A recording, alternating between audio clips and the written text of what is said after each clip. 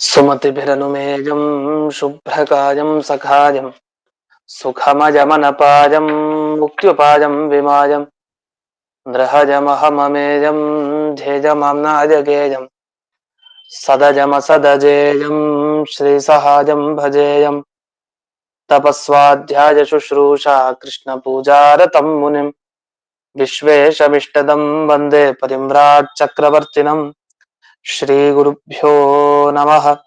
हरिः ओम्।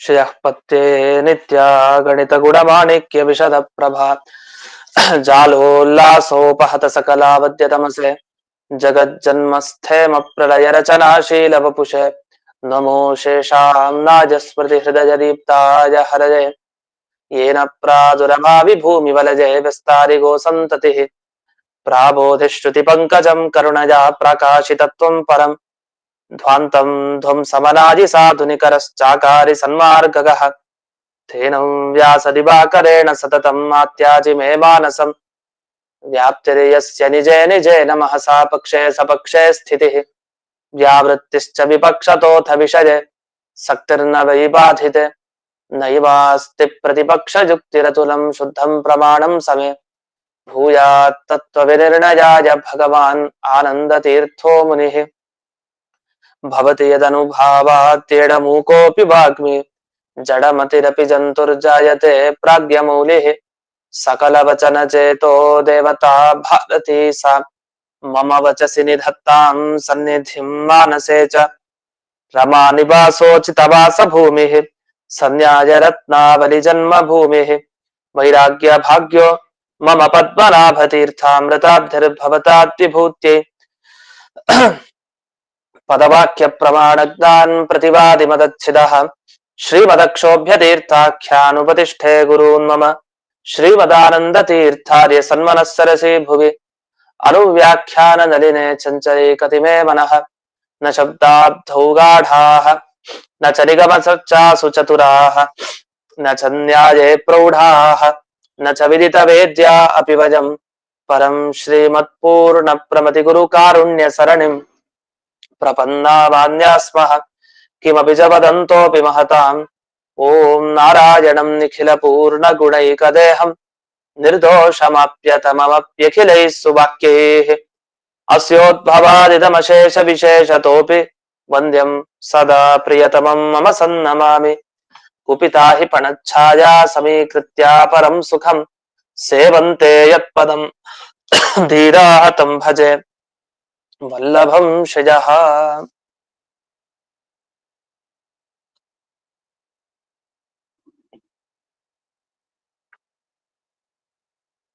ನೆನ್ನೆ ದಿವಸ ಈ ಐದನೆಯ ಸುಧಾಮೂಲದಲ್ಲಿ ಇದ್ವಿ. ಅದರಲ್ಲಿ ಒಂದು ಪ್ರಶ್ನೆಯನ್ನ ಮಾಡಿಕೊಂಡು ಉತ್ತರ ಕೊಟ್ರು. ಈಗ ಮೊದಲನೇ ಸೂತ್ರದಲ್ಲಿ ಅಂದ್ರೆ ಮೊದಲನೇ ಬ್ರಹ್ಮ ಸೂತ್ರದಲ್ಲಿ ಓಂ ಅಥಾತೋ ಬ್ರಹ್ಮ ಜಿಜ್ಞಾಸ ಅನ್ನೋಲ್ಲಿ ಏನ್ ಮಾಡಿದ್ದಾರೆ, ಮೋಕ್ಷದ ಬಗ್ಗೆ ತಿಳಿಸಿದ್ದಾರೆ. ಬ್ರಹ್ಮನ ವಿಚಾರ ಮಾಡಿದ್ರೆ ಏನು ಫಲ ಅಂದ್ರೆ ಅದಕ್ಕೆ ಮೋಕ್ಷವೇ ಫಲ, ನಿಮಗೆ ಮೋಕ್ಷ ಬೇಕು ಅಂತ ಆದ್ರೆ ದೇವರ ವಿಚಾರ ಮಾಡಿ ಅಂತ ತಿಳಿಸಿದ್ದಾರೆ. ಅದಕ್ಕೋಸ್ಕರ ಎರಡನೇ ಸೂತ್ರದ ಅಗತ್ಯ ಇಲ್ಲ. ಎರಡನೇ ಸೂತ್ರ ಏನ್ ತಿಳಿಸ್ಬೇಕು ನೋಡಿ, ನೀವು ದೇವರ ವಿಚಾರ ಮಾಡಿದ್ರೆ ನಿಮಗೆ ಮೋಕ್ಷ ಸಿಗತ್ತೆ, ಪ್ರಯೋಜನ, ಅದಕ್ಕೋಸ್ಕರ ನೀವು ದೇವರ ವಿಚಾರ ಮಾಡಿ ಅಂತ ಹೇಳ್ಬೇಕು.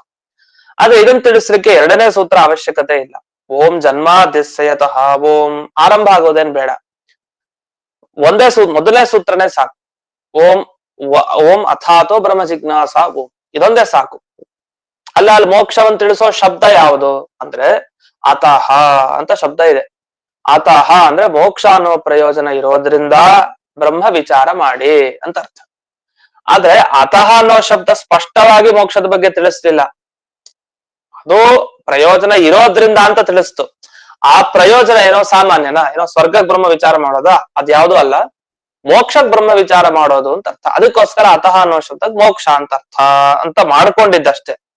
ಅದೇ ತರಹ ಎರಡನೇ ಸೂತ್ರದಲ್ಲೂ ಅಷ್ಟೇನೆ, ಅಲ್ಲೂ ಏನ್ ವಿಶೇಷವಾಗಿ ಹೇಳಿಲ್ಲ.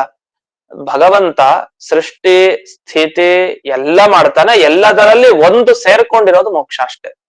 ಅದಕ್ಕೆ ಭಗವಂತನಿಗೆ ಒಂದು ಇದಿದೆ, ಜನ್ಮಾದಿ ಅಷ್ಟಕರ್ತೃತ್ವ. ಭಗವಂತನ ಒಂದು ದೊಡ್ಡ ಧರ್ಮ ಜನ್ಮಾದಿ ಅಷ್ಟಕರ್ತೃತ್ವ. ಕರ್ತ ಅಂದ್ರೇನು? ಮಾಡೋನು. ಏನ್ ಮಾಡ್ತಾನೆ? 8 ಮಾಡ್ತಾನೆ. ಏನ್ 8 ಮಾಡೋದು? ಜನ್ಮ, ಹುಟ್ಟೋದು, ಅಂದ್ರೆ ವಸ್ತುವನ್ನ ಹುಟ್ಟಿಸ್ತಾನೆ, ಅದನ್ನ ಪಾಲನೆ ಮಾಡ್ತಾನೆ, ಪೋಷಣೆ ಮಾಡ್ತಾನೆ, ಆಮೇಲೆ ಸಂಹಾರ ಮಾಡ್ತಾನೆ, ಅದನ್ನ ನಿಯಮನ ಮಾಡ್ತಾ ಇರ್ತಾನೆ, ಜ್ಞಾನ ಕೊಡ್ತಾನೆ, ಅಜ್ಞಾನ ಕೊಡ್ತಾನೆ, ಬಂಧ ಕೊಡ್ತಾನೆ, ಮೋಕ್ಷ ಕೊಡ್ತಾನೆ. ಇಷ್ಟು 8 ಜಗತ್ ಜನ್ಮಾದಿ ಅಷ್ಟಕರ್ತೃತ್ವ ಅಂತ ಇದನ್ನ ಕರಿತಾ ಇರ್ತೀವಿ. ಇದಂದ್ರಿಂದ 8 ತಗೊಳ್ಬೇಕು ಅಂತ, 8 ತಲೆಗೆ ಬರ್ಬೇಕು ನಮ್ಗೆ. ಅದನ್ನ ಸೃಷ್ಟಿ ಸ್ಥಿತಿ ಲಯ ನಿಯಮನ ಜ್ಞಾನ ಅಜ್ಞಾನ ಬಂಧ ಮೋಕ್ಷ, ಇಷ್ಟು ನಮ್ಮ ತಲೆಗೆ ಬರ್ಬೇಕು. ಇಷ್ಟಕ್ಕೂ ಕಾರಣ ಭಗವಂತ. ಅದರಲ್ಲಿ 8 ಹೇಳಿದಾರ ಸೂತ್ರದಲ್ಲಿ. ಜನ್ಮಾದ್ಯಸ್ಯ ಯತಃ, ಜನ್ಮ ಒಂದೇ ಹೇಳಿದ್ದಾರೆ, ಹುಟ್ಟು ಅಷ್ಟೇ ಇರೋದು, ಮಿಕ್ಕಿದ್ಯಾವ್ದು ಹೇಳಿಲ್ಲ. ಅದೆಲ್ಲ ಹೇಳಿಕ್ ಒಂದೇ. ಈಗ 10 ಜನ ಬನ್ನಿ ಇನ್ಲಿಕ್ಕೆ ಊಟಕ್ಕೆ, ಎಲ್ರು ಬನ್ನಿ ಅಂತ ಒಂದ ಹೇಳ್ತಾರೆ. ಇಲ್ಲ ಅದೇ ರಾಮ ಇದನಲ್ಲ, ರಾಮ ನೀವೆಲ್ಲ ಬನ್ರಿ ಅಂತ ಒಬ್ಬನ ಹೆಸರು ಹೇಳ್ತಾರೆ. ಇನ್ನು ಮಿಕ್ಕಿದವರೆಲ್ಲ ಬನ್ರಿ ಆದಿ ಅಂತ, ಅದ್ರ ಜೊತೆಗೆ ಯಾರ್ಯಾರು ಇದಾರೋ ಎಲ್ಲ ಬನ್ನಿ ಅಂತ. 8 ಹೇಳಿಕೋಲ್ಲ, 10 ಹೇಳಿಕೋಲ್ಲ. ರಾಮ, ಕೃಷ್ಣ, ಭರತ, ಶತ್ರುಘ್ನ ಎಲ್ಲರೂ ಬನ್ನಿ ಅಂತ ಇಷ್ಟೆಲ್ಲ ಯಾಕೆ ಹೆಸರು ಹೇಳ್ಬೇಕು? ಒಬ್ಬರ ಹೆಸರು ಹೇಳಿ ಪ್ರಧಾನವಾದ ಒಂದು ಹೆಸರು ಹೇಳ್ಬಿಟ್ಟೆ, ಮಿಕ್ಕಿದ್ದೆಲ್ಲವೂ ಬಂದ್ಬಿಡತ್ತೆ ಅದ್ರ ಜೊತೆಗೆ. ಹಾಗೆ ಜನ್ಮ ಸೃಷ್ಟಿ ಮುಖ್ಯ. ವಸ್ತು ಹುಟ್ಲೇ ಇಲ್ಲ ಅಂತ ಆದ್ರೆ ಅದ್ರ ನೋಡ್ಕೊಳ್ಳೋದು ಯಾರು, ಸಂಹಾರ ಮಾಡೋದು ಯಾರು? ಜ್ಞಾನ ಅಜ್ಞಾನ ಬಂಧ ಮೋಕ್ಷ ಎಲ್ಲಿದೆ? ಒಂದ್ ವಸ್ತು ಹುಟ್ಟಿದ್ರೆ ಆ ಹುಟ್ಟಿದ ವಸ್ತುವಿಗೆ ಇವೆಲ್ಲ ಬರುತ್ತೆ. ಜಗತ್ನಲ್ಲಿ ಶಶಭಿಷಾಣನೇ ಇಲ್ಲ, ಮೊಲಕ್ಕೆ ಕೊಂಬಿಲ್ವೇ ಇಲ್ಲ. ಅದ್ರ ಪಾಲನೆ ಮಾಡ್ತಾರ ಯಾರಾದ್ರೂ? ಅದ್ರ ಸಂಹಾರ ಮಾಡ್ತಾರ? ಜ್ಞಾನ ಅಜ್ಞಾನ ಬಂದು ಯಾವ್ದಕ್ಕೆ ಏನ್ ಕೊಡ್ಬೇಕು? ಜಗತ್ತಿಗೆ ಒಂದು ವಸ್ತು ಹುಟ್ಟಿದ್ರೆ ಬಂದರೆ ಅದಕ್ ಮಾತ್ರ ಮಿಕ್ಕಿದ್ದೆಲ್ಲ. ಆದ್ರಿಂದ ಪ್ರಧಾನ ಯಾವುದು ಅಂದ್ರೆ ಹುಟ್ಟು. ಅದನ್ನ ಜನ್ಮ ತಗೊಂಡು ಆ ಮಿಕ್ಕಿದ್ದನ್ನೆಲ್ಲ ಹೇಳಿಲ್ಲ, ಅದೆಲ್ಲ ಜೊತೆಗೆ ತಗೊಂಡ್ಬಿಡಿ ಅಂದ್ರು. ಲೋಕ ವ್ಯವಹಾರದಲ್ಲೂ ಹಾಗೆ. ಲೋಕ ಮಾತನಾಡ್ಬೇಕಾದ್ರೆ ಎಲ್ಲರ ಹೆಸರು ಹೇಳಲಿಕ್ಕೆ ಹೋಗಲ್ಲ, ಕೆಲವು ಹೆಸರು 1-2 ಹೆಸರು ಹೇಳಿ ಬಿಟ್ಬಿಡ್ತಾರೆ. ಇಲ್ಲಿ ಒಂದೇ ಹೆಸರು ಹೇಳಿ ಬಿಟ್ಟಿದ್ದಾರೆ ಅಷ್ಟೇ. ಆದ್ರಿಂದ ಮೋಕ್ಷವನ್ನು ಅಲ್ಲಿ ತಗೊಳ್ಬಹುದಲ್ವಾ ಅಂದ್ರೆ ಹಾಗಲ್ಲ. ಪ್ರಮಾಣ ವಿಶೇಷ ಅನುಕ್ತಿತ ಇತಿ ವ್ಯಾಖ್ಯಾನ. ಅದಕ್ಕೆ ಇದಕ್ಕೆ ಅಭಿಪ್ರಾಯ ಬೇರೆ ಅಂತ ಹೇಳ್ತಾರೆ. ಏನ್ ಅಭಿಪ್ರಾಯ ಅಂದ್ರೆ, ಈಗ ದೇವರು ಮೋಕ್ಷ ಕೊಡ್ತಾನಲ್ಲ, ಮೋಕ್ಷ ಕೊಡ್ತಾನೆ ಅಂದ್ರೆ ಇದು ಹೇಗ್ ಗೊತ್ತಾಯ್ತು? ಇದಕ್ಕೇನ್ ಪ್ರಮಾಣ ಮೋಕ್ಷ ಕೊಡ್ತಾನೆ ಅನ್ಲಿಕ್ಕೆ? ಅದಕ್ಕೊಂದು ಪ್ರಮಾಣ ಕೊಡ್ಬೇಕಲ್ಲ. ಆ ಪ್ರಮಾಣದ ಬಗ್ಗೆ ಪ್ರಶ್ನೆ ನಮ್ಗೆ, ಪ್ರಯೋಜನದ ಬಗ್ಗೆ ಅಲ್ಲ. ಬ್ರಹ್ಮನ ವಿಚಾರ ಮಾಡಿದ್ರೆ ಮೋಕ್ಷ ಸಿಗತ್ತೆ, ಎಲ್ಲ ಸರಿ. ಆದ್ರೆ ಮೋಕ್ಷ ನೀಡೋನು ಬ್ರಹ್ಮ ಅಂದ್ರೆ ಇದು ಹೇಗ್ ಗೊತ್ತಾಯ್ತು ನಿಮ್ಗೆ? ಮೋಕ್ಷ ನೀಡೋನು ಬ್ರಹ್ಮ ಅಂತ ಹೇಗ್ ಗೊತ್ತಾಯ್ತು? ಅಷ್ಟೇ ಅಲ್ಲ, ಬ್ರಹ್ಮನ ವಿಚಾರಕ್ಕೆ ಮೋಕ್ಷ ಪ್ರಯೋಜನ ಅನ್ನೋ ವಿಷಯಕ್ಕೆ ಪ್ರಮಾಣ ಏನು? ಅದು ನಮ್ಮ ಪ್ರಶ್ನೆ. ಒಂದು ದೇವರು ತಾನು ಮೋಕ್ಷವನ್ನ ಕೊಡ್ತಾನೆ ಅನ್ನೋ ವಿಷಯದಲ್ಲಿ ಏನ್ ಪ್ರಮಾಣ? ಅದು ನಮಗ್ ಸ್ಪಷ್ಟ. ಬ್ರಹ್ಮಸೂತ್ರ ವೇದದಲ್ಲಿ ಬಂದಿರೋ ವಿಷಯವನ್ನೇ ಹೇಳ್ತಾ ಇರೋದು. ವೇದನೆ ಪ್ರಮಾಣ ಎಲ್ಲದಕ್ಕೂ. ಬ್ರಹ್ಮನ ವಿಚಾರ ಮಾಡೋದಕ್ಕೆ ಬ್ರಹ್ಮನು ತಾನು ಮೋಕ್ಷವನ್ನ ಕೊಡ್ತಾನೆ, ಈ ವಿಷಯದಲ್ಲಿ ಏನ್ ಪ್ರಮಾಣ? ವೇದ ವಾಕ್ಯಗಳು ಪ್ರಮಾಣ. ಅದನ್ನ ಎಲ್ಲಿ ತಿಳಿಸಿದ್ದಾರೆ? ಓಂ ಜನ್ಮಾದ್ಯಸ್ಯ ಯತಃ ಓಂ ಅಲ್ಲಿ ತಿಳಿಸಿದ್ದಾರೆ ಅಂತ ಹೇಳ್ತಾರೆ. ಈ ಮೊದಲನೇ ಸೂತ್ರ ಓದೋನ್ಗೆ ಏನ್ ಗೊತ್ತಾಯ್ತು ಅಂದ್ರೆ, ದೇವರ ವಿಚಾರ ಮಾಡಿದ್ರೆ ಮೋಕ್ಷ ಸಿಗತ್ತೆ ಅನ್ನೋದು ಗೊತ್ತಾಯ್ತು, ಪ್ರಯೋಜನ ಗೊತ್ತಾಯ್ತು, ಇಲ್ಲ ಅಂತ ಹೇಳಲ್ಲ. ಆದ್ರೆ ಬ್ರಹ್ಮನ ವಿಚಾರ ಮಾಡಿದ್ದಕ್ ಮೋಕ್ಷ ಸಿಗತ್ತೆ ಅಂತ ಪ್ರಮಾಣ ಏನಿದಕ್ಕೆ ಅಂತ ಪ್ರಮಾಣದ ಬಗ್ಗೆ ಪ್ರಶ್ನೆ ಬಂದಾಗ ಉತ್ತರ ಕೊಡ್ಲಿಕ್ಕೋಸ್ಕರ ಅತಃ ಅನ್ನೋ ಶಬ್ದಕ್ಕೆ ಸಾಲಲ್ಲ, ಆ ಶಕ್ತಿ ಇಲ್ಲ ಅದಕ್ಕೆ. ಅಲ್ಲೇನ್ ಹೇಳಿದ್ದು? ಮೋಕ್ಷ ಪ್ರಯೋಜನ ಇರೋದ್ರಿಂದ ಮಾಡಿ ಅಷ್ಟೇ ಅಂತ. ಆದ್ರೆ ಪ್ರಶ್ನೆ ಮುಂದಕ್ಕೆ ಬರುತ್ತೆ, ಈ ವಿಷಯದಲ್ಲಿ ಏನ್ ಪ್ರಮಾಣ? ದೇವರ ವಿಚಾರ ಮಾಡಿದ್ರೆ ಮೋಕ್ಷ ಸಿಗತ್ತೆ ಅನ್ಲಿಕ್ಕೆ ಏನ್ ಪ್ರಮಾಣ ಅಂತ. ಆ ಪ್ರಮಾಣದ ಬಗ್ಗೆ ತಿಳಿಸ್ಬೇಕಲ್ಲ. ತಿಳಿಸ್ಲಿಕ್ಕಾದ್ರೂ 2ನೇ ಸೂತ್ರ ಬೇಕೇ ಬೇಕು. 2ನೇ ಸೂತ್ರ ಹೇಳಿದಾಗ ಪರಿಹಾರ ಆಗತ್ತೆ. ಏನಂತ ನೋಡಿ, ದೇವರ ಬಗ್ಗೆ ವಿಚಾರ ಮಾಡಿದಾಗ ನಿಮಗೆ ಮೋಕ್ಷ ಸಿಗತ್ತೆ ಅಂತ ಹೇಳಿದ್ದಾರೆ. ಎಲ್ಲಿ ಹೇಳಿದ್ದಾರೆ? ವೇದವಾಕ್ಯಗಳಲ್ಲಿ ಹೇಳಿದ್ದಾರೆ ಅಂತ ಉತ್ತರ ಸಿಗತ್ತೆ. ಅಲ್ಲ, ಅಲ್ಲಿ ಎಲ್ಲಿ ಉತ್ತರ ಸಿಗತ್ತೆ? ಪ್ರಶ್ನೆ ಮಾಡ್ಕೊಂತಾರೆ ಮತ್ತೆ. ಈಗ ಮುಂದಕ್ಕೆ ಬಂದ್ವಿ, 6ನೇಯ ಸುಧಾ ಮೂಲಕ್ ಬಂದಿದೀವಿ. ಏವಂಚೇತ್ ದ್ವಿತೀಯ ಸೂತ್ರಮಪಿ ಕಥಂ ಏತದ್ ಆಶಂಕಾಂ ನಿವರ್ತಯೇತ್. ಅಲ್ಲ, ಬಂದಿರೋ ಪ್ರಶ್ನೆಗೆ ಉತ್ತರ 2ನೇ ಸೂತ್ರ ಹೇಗ್ ಕೊಡುತ್ತೆ? ಸಾಧ್ಯ ಇಲ್ಲ. ಯಾಕೆಂದ್ರೆ ನಹಿ ಅತ್ರ ಅಯಮರ್ಥ ಪ್ರಮಾಣೇನ ಉಪಪಾದಿತ. ಹೇಳಿದಾರ ಪ್ರಮಾಣ ಕೊಟ್ಟು ಉಪಪಾದನೆ ಅರ್ಥ ಹೇಳ್ಬೇಕು 2ನೇ ಸೂತ್ರಕ್ಕೆ. 2ನೇ ಸೂತ್ರಕ್ಕೆ ಏನ್ ಅರ್ಥ? ಇಷ್ಟೇ, ದೇವರಿಂದ ಯತಃ ಅಂದ್ರೆ ದೇವರಿಂದ, ಯಾರಿಂದ? ಅಸ್ಯ ಈ ಜಗತ್ತಿಗೆ ಸೃಷ್ಟಿ ಸ್ಥಿತಿ ಲಯ ನಿಯಮನ ಜ್ಞಾನ ಅಜ್ಞಾನ ಬಂಧ ಮೋಕ್ಷ ಎಲ್ಲ ಉಂಟಾಗತ್ತೋ ಅಂತವನನ್ನ ಪರಬ್ರಹ್ಮ ಅಂತ ತಿಳ್ಕೊಳ್ಳಿ. ಇಷ್ಟೇ ಇರೋದು. ಇಷ್ಟು ಬಿಟ್ರೆ ಅಲ್ಲಿ ಪ್ರಮಾಣ ಹೇಳಿಲ್ಲ. ಬ್ರಹ್ಮ ವಿಚಾರ ಮಾಡಿದ್ದಕ್ ಮೋಕ್ಷ ಫಲ. ಯಾಕೆಂದ್ರೆ ಪ್ರಮಾಣ ಉಂಟು. ಅದು ಯಾವುದು? ವೇದ ಎಲ್ಲ ಹೇಳಿದ್ದಾರೆ. ಅದು ಎರಡನೇ ಸೂತ್ರದಲ್ಲಿ ಬರಲಿಲ್ಲ ಈ ವಿಷಯ, ಮತ್ತೆ ಎರಡನೇ ಸೂತ್ರದಿಂದ ಪರಿಹಾರ ಹೇಗಾಗತ್ತೆ ಅಂತ ಪ್ರಶ್ನೆ ಮಾಡಿದ್ದಕ್ಕೆ ಈಗ ಉತ್ತರ ಕೊಡ್ತಾರೆ ಅನುವ್ಯಾಖ್ಯಾನ ಪಂಕ್ತಿಯಿಂದ. ಈಗ ಅನುವ್ಯಾಖ್ಯಾನ ನೋಡೋಣ. ಸೃಷ್ಟಿ ಬಂಧನ ಮೋಕ್ಷಾದಿ ಕರ್ತೃತ್ವಸ್ಯ ಶ್ರುತತ್ವತಃ ಯತೋ ಮೋಕ್ಷಾದಿದಾತಾಸೌ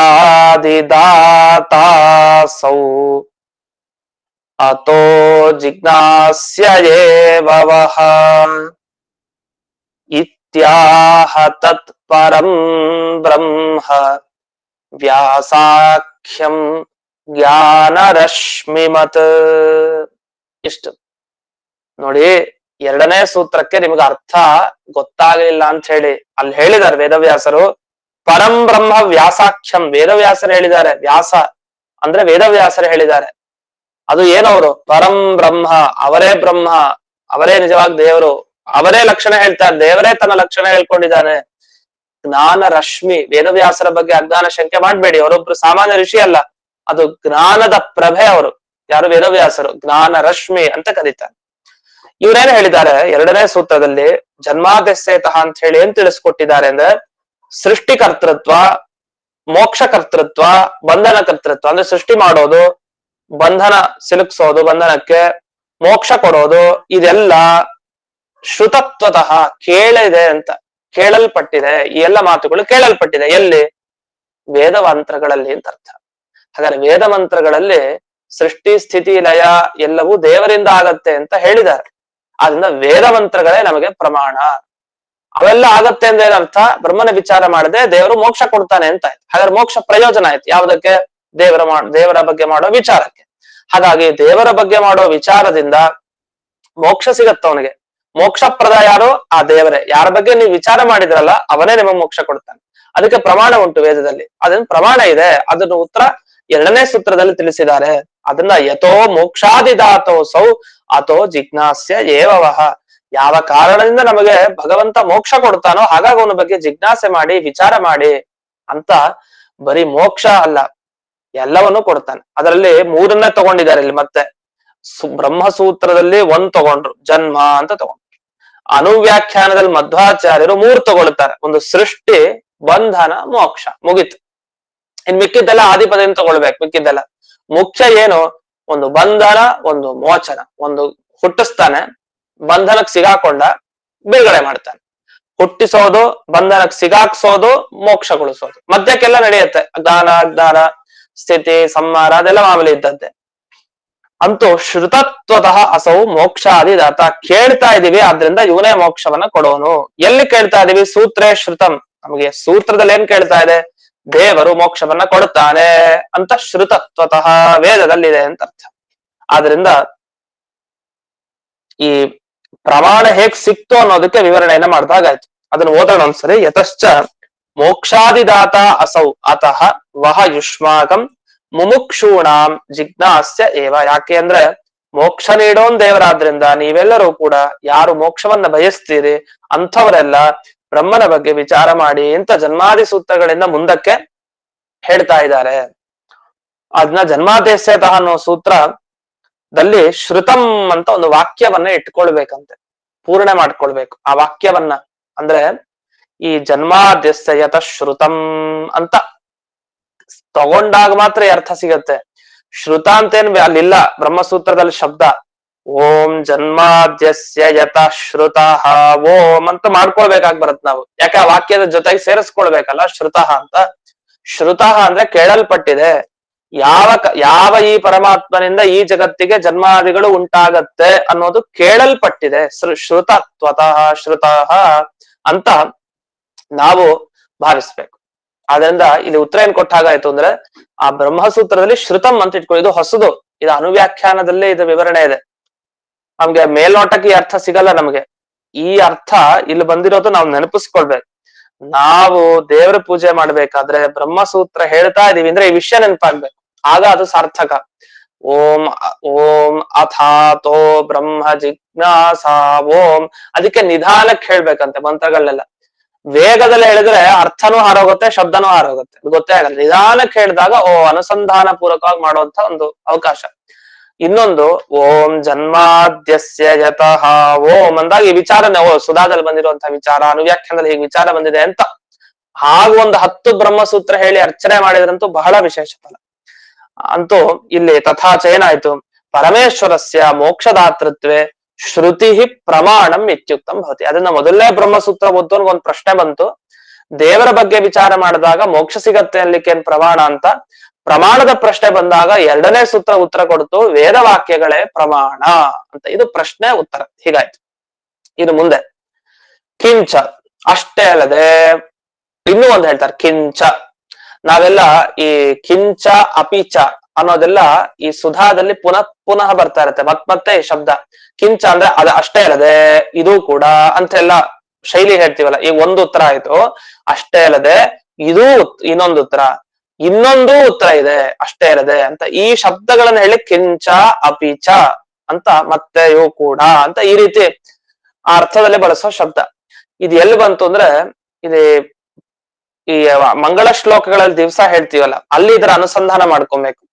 ಎಲ್ಲಿ ನಶಬ್ದಾಬ್ಧೌ ಗಾಢಾಹ ಅನ್ನೋಲ್ಲಿ ಕಿಮಪಿ ಚ ವದಂತೋಪಿ ಮಹತಾಂ ಅಂತ ಕೊನೆಗೆ ಒಂದ್ ಮಾತು ಹೇಳ್ತಾರೆ ಅಲ್ಲಿ ಜಯತೀರ್ಥರು. ಅಂದ್ರೆ ಕಿಂಚ ಅಪಿಚ ಅಂತ ಹೇಳಿ ನಾನು ಸುಮಾರು ಉತ್ತರಗಳನ್ನ ಹೇಳಿದ್ದೀನಿ. ಇದೆಲ್ಲ ಮಧ್ವಾಚಾರ್ಯರ ಕಾರುಣ್ಯ, ಅವರ ಕಾರುಣ್ಯ ಇಲ್ಲದೆ ನಾನೆಲ್ಲಿ ಬರೀಲಿ ಇಲ್ಲ ಉತ್ತರ, ಇದು ಅಸಾಧ್ಯ ಅಂತ ಅವ್ರು ಹೇಳ್ಕೊಂತಾರೆ.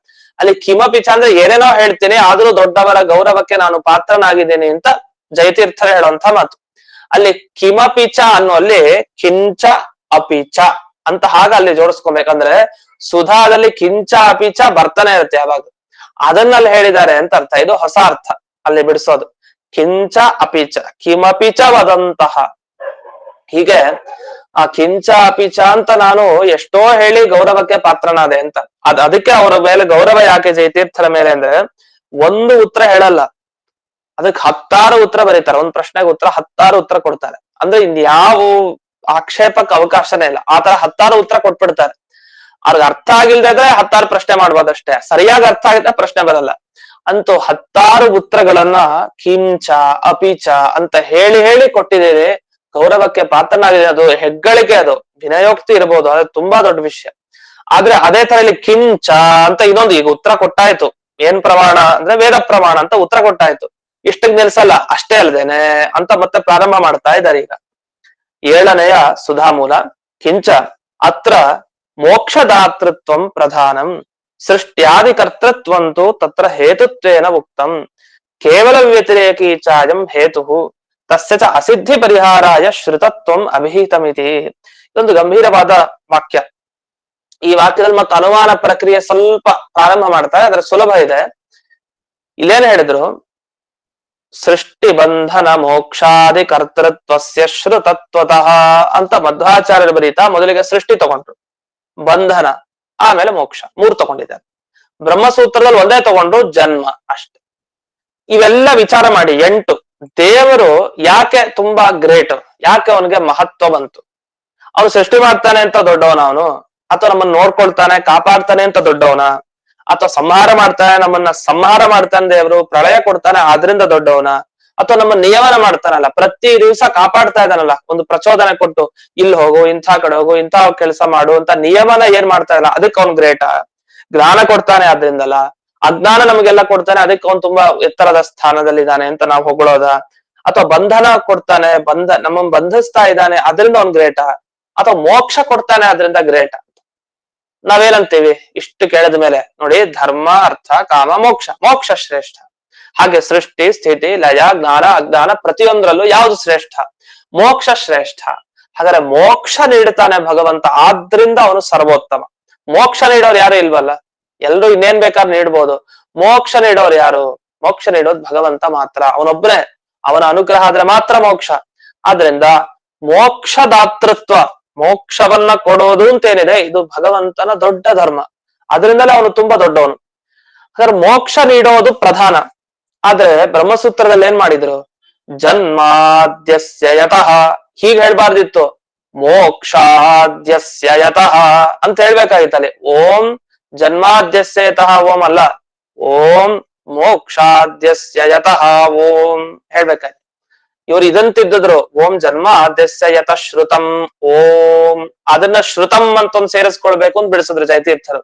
ಅವರೇ ಪ್ರಶ್ನೆ ಮಾಡಿ ಮೋಕ್ಷದಾತೃತ್ವ ತಾನೇ ಪ್ರಧಾನ, ಮೋಕ್ಷ ನೀಡೋದ್ ಮುಖ್ಯ, ಸೃಷ್ಟಿ ಮಾಡೋದೆಲ್ಲ ಆಮೇಲೆ, ಅದನ್ನ ತಗೊಂಡ್ ನಾವೇನ್ ಮಾಡ್ಬೇಕು ಈಗ, ಸೃಷ್ಟಿಯಲ್ಲಿ ಮೋಕ್ಷ ಕೊಡೋದ್ ಮುಖ್ಯ ತಾನೆ ಅಂತಂದ್ರೆ ಹಾಗಲ್ಲ. ಈಗ ಪರ್ವತೋ ವನ್ಯಮಾನ್ ಧೂಮಾತ್ ಅಂತ ಹೇಳ್ತೀವಿ. ಈಗ ಪರ್ವತದಲ್ಲಿ ಬೆಂಕಿ ಇದೆ, ಯಾಕೆ ಬೆಂಕಿ ಇದೆ ನಾವು ನೋಡಿರ್ಲಿಲ್ಲ ವಸ್ತುದ ಬೆಂಕಿ ಇದೆ ಅಂತ. ಹೇಗ್ ಗೊತ್ತಾಯ್ತು? ಹೊಗೆ ನೋಡಿ ಇಲ್ಲಿ ಬೆಂಕಿ ಇದೆ ಅಂತ ತಿಳ್ಕೊಳ್ತೀವಿ. ಅಲ್ಲೊಂದ್ ಪ್ರಶ್ನೆ ಮಾಡೋಣ, ಈಗ ಬೆಂಕಿ ಪ್ರಧಾನನೋ ಹೊಗೆ ಮುಖ್ಯನೋ ಅಂತ ಪ್ರಶ್ನೆ ಮಾಡೋಣ. ಏನ್ ಅನ್ಬೇಕು ನಾವು? ಬೆಂಕಿ ಮುಖ್ಯನೋ ಹೊಗೆ ಮುಖ್ಯನೋ, ತಂದೆ ಮುಖ್ಯನೋ ಮಗ ಮುಖ್ಯನೋ? ಮಗ ಅಂತ ಆಗೋದು ತಂದೆ ಇದ್ರೆ ತಾನೇ ಮಗ, ಮೊದಲು ಕಾರಣ ಮುಖ್ಯ. ಮಗ ಮುಖ್ಯ ಅಂದ್ರೆ ಅದ್ ಹೆಂಗ್ ಮಗ ಮುಖ್ಯ ಆಗ್ತಾನೆ? ಅವನು ಹುಟ್ಟಿದ್ದೇ ಅವ್ನ ತಂದೆಯಿಂದ, ತಂದೆ ಇಲ್ದಾಗ ಅವನೆಲ್ಲಿಂದ ಬರ್ತಾನೆ? ಹಾಗಾದ್ರೆ ತಂದೆ ಪ್ರಧಾನ, ಮಗ ಅಪ್ರಧಾನ. ಅದ್ರ ತಂದೆಗೆ ಮಹತ್ವ, ಮಗನಿಗೆ ಅಪ್ರಾಧಾನ್ಯ. ಈಗ ವನ್ನಿ ಇದೆ, ಧೂಮ ಇದೆ, ಯಾವ್ದ್ರಿಂದ ಯಾವ್ದು ಹುಟ್ಟತ್ತೆ? ಹೊಗೆಯಿಂದ ಬೆಂಕಿ ಹುಟ್ಟತ್ತ? ಇಲ್ಲ, ಬೆಂಕಿಯಿಂದ ಹೊಗೆ ಹುಟ್ಟೋದು. ಹಾಗಾದ್ರೆ ಬೆಂಕಿ ಪ್ರಧಾನ, ಅಗ್ನಿ, ಧೂಮ ಅಪ್ರಧಾನ, ಹೊಗೆ. ಆದ್ರೆ ಹಾಗಾಗ್ಲಿಲ್ಲ. ಇಲ್ಲಿ ಏನಾಯ್ತು ಅಂದ್ರೆ ಪರ್ವತಃ ವನ್ಯವಾನ್, ಬೆಂಕಿ ಇದೆ ಅಂತ ತಿಳ್ಕೊಳ್ಬೇಕು ಅಂದ್ರೆ ಹೊಗೆ ನೋಡಿದ್ರೆ ಬೆಂಕಿ ಇದೆ ಅಂತ ಗೊತ್ತೇ ಆಗಲ್ಲ. ಹಾಗಾದ್ರೆ ಹೊಗೆ ಮುಖ್ಯ ಆಯ್ತು, ಹೊಗೆಯ ಜ್ಞಾನ ಬೇಕು ಅಂತ ಆಯ್ತು. ಹಾಗಾದ್ರೆ ಒಂದು ಮುಖ್ಯ ಒಂದು ಅಮುಖ್ಯ ಅನ್ನೋದು ವೈವಕ್ಷಿಕ ಅಂತ ಹೇಳ್ತಾರೆ ಶಾಸ್ತ್ರದಲ್ಲಿ. ಅಂದ್ರೆ ನಾವು ಯೋಚಿಸೋ ದೃಷ್ಟಿ ಮೇಲೆ ಡಿಪೆಂಡ್ ಅದು, ಒಂದು ಮುಖ್ಯ ಅಮುಖ್ಯ ಅನ್ನೋದು. ಇಲ್ಲಿ ಮೋಕ್ಷ ಮುಖ್ಯ ಅಂತ ನೀವು ವಾದ ಮಾಡ್ತಾ ಇದ್ದೀರಿ, ಅದನ್ನ ಮೋಕ್ಷ ಅಂತ ಮೊದಲು ಹೇಳ್ಬೇಕಾಗಿತ್ತು, ಜನ್ಮ ಅಂತ ಯಾಕೆ ಕೊಟ್ರಿ ಸೃಷ್ಟಿನ ಅಂತ. ಅಲ್ಲಿ ಒಂದು ಪ್ರಶ್ನೆ ಬರುತ್ತೆ. ಈಗ ಹೊಗೆ ಏನೋ ಬೆಂಕಿಗಿಂತ ಅಮುಖ್ಯನೇ, ಯಾಕೆ ಬೆಂಕಿ ಇಲ್ದೆ ಇದ್ರೆ ಹೊಗೆ ಎಲ್ಲಿ ಬರುತ್ತೆ? ನಿಜ. ಆದ್ರೆ ಬೆಂಕಿನ ತಿಳ್ಕೊಳ್ಬೇಕು ಅಂತ ಆದ್ರೆ ಹೊಗೆ ನೋಡ್ದೆ ಇದ್ರೆ ತಿಳ್ಕೊಳ್ಳಿದ್ರೆ ಬೆಂಕಿ ಹೆಂಗ್ ಗೊತ್ತಾಯ್ತು? ಪ್ರತ್ಯಕ್ಷ ಸ್ಥಳದಲ್ಲಿ ತೊಂದರೆ ಇಲ್ಲ, ಕಣ್ಣಾರೆ ನೋಡಿದ್ರೆ ಏನು ಹೊಗೆ ಅವಶ್ಯಕತೆ ಇರಲ್ಲ. ಅದು ದೂರದಲ್ಲಿ ಇಲ್ಲಿ ಬೆಂಕಿ ಇದೆ ಬೆಂಕಿ ಇದೆ ಹೆಂಗ್ ಗೊತ್ತಾಯ್ತು? ಅಲ್ಲಿ ಜೋರಾಗಿ ಬಗ ಬಗ ಹೊಗೆ, ಓ ಬೆಂಕಿ ಇದೆ ಅಂತ ಗೊತ್ತಾಯ್ತು. ಅಲ್ಲಿ ಹೋಗ್ಲಿಕ್ಕೆ ಹೋಗಲ್ಲ ಯಾರು, ಯಾಕೆ ಬೆಂಕಿ ಅಲ್ಲಿ ಹತ್ತಿದೆ ಅಂತ. ಹೊಗೆ ಜ್ಞಾನ ಬಹಳ ಮುಖ್ಯ ಆಯ್ತು, ಯಾಕೆ ಬೆಂಕಿಯನ್ನ ತಿಳ್ಕೊಳ್ಳಿಕ್ಕೆ. ಹಾಗಾದ್ರೆ ಅದೇ ತರಹನೇ ಇಲ್ಲೂ ಕೂಡ ನಿಮ್ಗೆ ಮೋಕ್ಷ ಭಗವಂತ ಕೊಡ್ತಾನೆ ನಿಜ, ಮೋಕ್ಷ ಕೊಡೋದ್ರಿಂದಲೇ ಅವನು ಗ್ರೇಟು ನಿಜ, ಎಲ್ಲ ಸರಿ. ಆದ್ರೆ ಮೋಕ್ಷ ದಾತೃತ್ವ ಹೇಗ್ ಸಿದ್ಧ ಆಯ್ತು? ಅವ್ನು ಮೋಕ್ಷ ಕೊಡ್ತಾನೆ ಅಂದ್ರೆ ಅವನಿಗೆ ಸಾಮರ್ಥ್ಯ ಹೇಗ್ ಬಂತು? ಮೋಕ್ಷ ಅವನು ಕೊಡ್ತಾನೆ ಅನ್ಲಿಕ್ಕೆ ಒಂದು ಕಾರಣ ಬೇಕಲ್ಲ, ಅದನ್ನ ಹೇಗ್ ಸಾಧನೆ ಮಾಡ್ತೀರಿ? ನೋಡಿ, ಅವ್ನ್ ಸೃಷ್ಟಿ ಸ್ಥಿತಿ ಲಯ ಎಲ್ಲಾ ಮಾಡ್ತಾನೆ ಅಂದ್ಮೇಲೆ ಮೋಕ್ಷ ಕೊಡದೆ ಇರ್ತಾನ ಅಂತ ಅದಕ್ಕೆ ಕಾರಣ ಕೊಡ್ತೀವಿ. ಸೃಷ್ಟ್ಯಾದಿಗಳನ್ನ ಮಾಡ್ತಾನೆ ಅಂದ ಮೇಲೆ ಉಂಟು ಮಾಡ್ತಾನೆ, ಮೋಕ್ಷ ಅವನಿಗೆ ಕೊಡ್ಲಿಕ್ಕೆ ಸಾಮರ್ಥ್ಯ ಇದೆ ಅಂತ ಅದರ ಬಗ್ಗೆ ಪ್ರಮಾಣ ಕೊಟ್ಟಿದ್ದದು. ಮೋಕ್ಷ ಕೊಡ್ಲಿಕ್ಕೆ ಅವನಿಗೆ ಹಕ್ಕಿದೆ, ಶಕ್ತಿ ಇದೆ ಅವನಿಗೆ ಅಂತ ತೋರಿಸ್ಲಿಕ್ಕೆ ಮೊದಲೇ ಸೃಷ್ಟಿ ಸಂಹಾರ ನಿಯಮನ ಜ್ಞಾನ ಇವೆಲ್ಲ ಹೇಳಿದ್ದು. ಆದ್ರಿಂದ ಓಂ ಮೋಕ್ಷಾದ್ಯಸ್ಯತಃ ಓಂ ಬರಲಿಲ್ಲ, ಓಂ ಜನ್ಮಾದ್ಯಸ್ಯತಃ ಓಂ ಹೀಗೆ ಬರ್ದಿದ್ದಾರೆ ಅಂತ ಇದಕ್ಕೆ ಸಮರ್ಥನೆಯನ್ನ ಇಲ್ಲಿ ಜಯತೀರ್ಥರು ಮಾಡಿದ್ದಾರೆ. ಇದ್ರ ಮೇಲೆ ಒಂದು ಪ್ರಶ್ನೆಗಳೆಲ್ಲ ಇದೆ, ಅದನ್ನ ನಾಳೆ ದಿವಸ ನೋಡೋಣ ಅಂತ ಹೇಳ್ತಾ ಇಂದಿನ ಪಾಠವನ್ನ ಅಸ್ಮದ್ ಗುರುವಂತರ್ಗತ ವ್ಯಾಸತೀರ್ಥ ಗುರುವಂತರ್ಗತ ಭಾರತೀಯ ರಮಣ ಮುಕ್ತ ಪ್ರಾಣ ಅಂತರ್ಗತ ಶ್ರೀಮನ್ಮೂಲ ಗೋಪಾಲ ಕೃಷ್ಣನಿಗೆ ಅರ್ಪಣೆ ಮಾಡ್ತೇನೆ. ಶ್ರೀಕೃಷ್ಣ ಅರ್ಪಣ. ನಮಸ್ಕಾರ ಆಚಾರ್ಯ. ನಮಸ್ಕಾರ ಆಚಾರ್ಯ. ನಮಸ್ಕಾರ ಆಚಾರ್ಯ. ನಮಸ್ಕಾರ ಆಚಾರ್ಯ. ನಮಸ್ಕಾರ ಆಚಾರ್ಯ. ನಮಸ್ಕಾರ ಗುರುಗಳೇ. ನಮಸ್ಕಾರ ಆಚಾರ್ಯ.